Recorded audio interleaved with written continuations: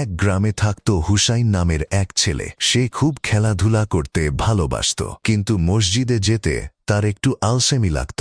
একদিন তার আব্বু বললেন, চলো, আজ তুমি আমার সাথে মসজিদে যাবে। হুসাইন একটু মন খারাপ করে গেল, কিন্তু মসজিদে গিয়ে সে অবাক।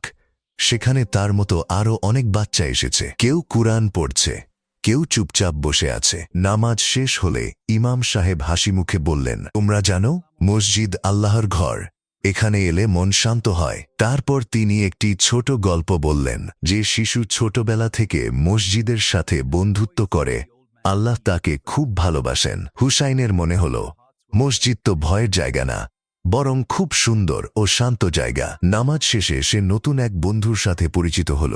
তার নাম হামজা। তারা ঠিক করল, প্রতিদিন একসাথে মসজিদে আসবে। সেদিন বাড়ি ফিরে হুসাইন বলল, আব্বু, কালও আমরা মসজিদে যাব, তাই না? আব্বু হাসলেন। তিনি বুঝলেন, আজ তার ছেলে মসজিদের সাথে সত্যিকারের বন্ধুত্ব করেছে।